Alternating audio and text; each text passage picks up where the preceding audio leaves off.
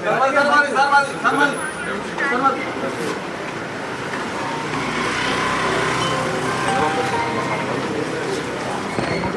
ചെന്നിത്തലയുടെ ഒരു പ്രതികരണം ഉണ്ടാവും നമ്മൾ പ്രതീക്ഷിച്ചു. അദ്ദേഹം പ്രതികരണത്തിന് മുതിർന്നിട്ടില്ല.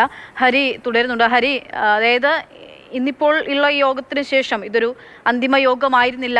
മന്ത്രിസ്ഥാനത്തെ പറ്റി തീരുമാനിക്കാൻ ഇനിയും ചർച്ചകൾ നടക്കേണ്ടതുണ്ട്.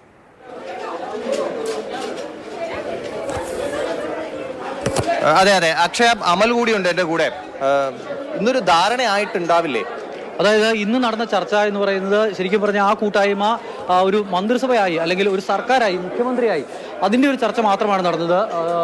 അവിടെ സണ്ണി ജോസഫാണ് എന്ന് തോന്നുന്നു. എന്തായാലും ഇപ്പോൾ ഇന്നത്തെ ധാരണ എന്ന് പറയുന്നത് മന്ത്രിമാർ ആരൊക്കെ ആകണമെന്നോ അല്ലെങ്കിൽ ഇത് വിഭജനം ഏത് തരത്തിൽ വേണമെന്നോ ഉള്ള ഒരു പൂർണ്ണമായ ചർച്ചയിലേക്ക് കടന്നിട്ടില്ല എന്നുള്ളതാണ് പുറത്തേക്കിറങ്ങിയ ഘടകകക്ഷി നേതാക്കളോടടക്കം സംസാരിക്കുമ്പോൾ മനസ്സിലാക്കാൻ കഴിയുന്നത്.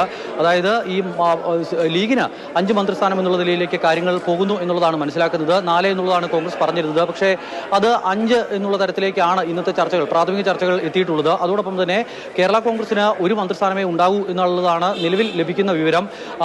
ഒരു ചീഫ് വിപ്പ് സ്ഥാനവും ഒരുപക്ഷെ അധികമായി നൽകിയേക്കാം. CP ജോൺ അതോടൊപ്പം തന്നെ മാണി സി കാപ്പൻ, ഈ 2 കൂട്ടർക്കും മാണി സി കാപ്പനോട് ഇറങ്ങിയ സമയത്ത് മുഴുവൻ സമയ മന്ത്രി 5 വർഷവും മന്ത്രിയായി ഇരിക്കുന്ന തരത്തിലൊരു പാക്കേജാണോ എന്ന് ചോദിക്കുമ്പോൾ അത്തരം ചർച്ചകളിലേക്ക് കടന്നിട്ടില്ല. അത് നാളെ ഉണ്ടാകൂ എന്നുള്ളതാണ് പറഞ്ഞു വെക്കുന്നത്. ഇന്നത്തെ ചർച്ചയുടെ തുടർ ചർച്ചകൾ നാളെ ഉണ്ടാകും. CP ജോൺ അതോടൊപ്പം തന്നെ മാണി സി കാപ്പൻ, ഈ 2 പേർക്കും ടേം വീതം വെച്ച് നൽകാനുള്ള ഒരു തീരുമാനം, അത്തരത്തിലുള്ള ചർച്ചകൾ ഉണ്ടായിരുന്നു. അന്തിമ തീരുമാനത്തിലേക്ക് ഇതുവരെയും എത്തിയിട്ടില്ല. എന്തായാലും ഓരോ വകുപ്പുകളെയും കുറിച്ചൊക്കെ പറയണ്ടേ? അത് പ്രതിപക്ഷ നേതാവ്, സോറി, മുഖ്യമന്ത്രി അത് എല്ലാവരെയും കാണും.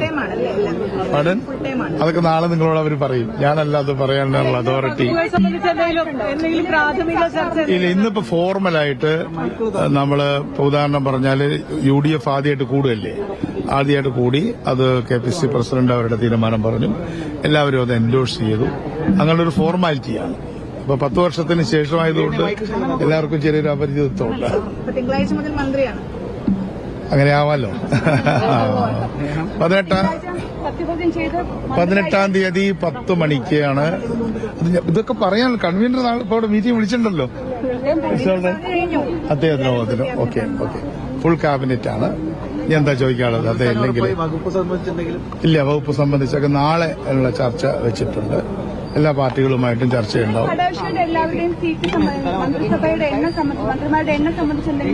ഇന്നിപ്പോ അതിനെക്കുറിച്ചുള്ള ചർച്ചയില്ല.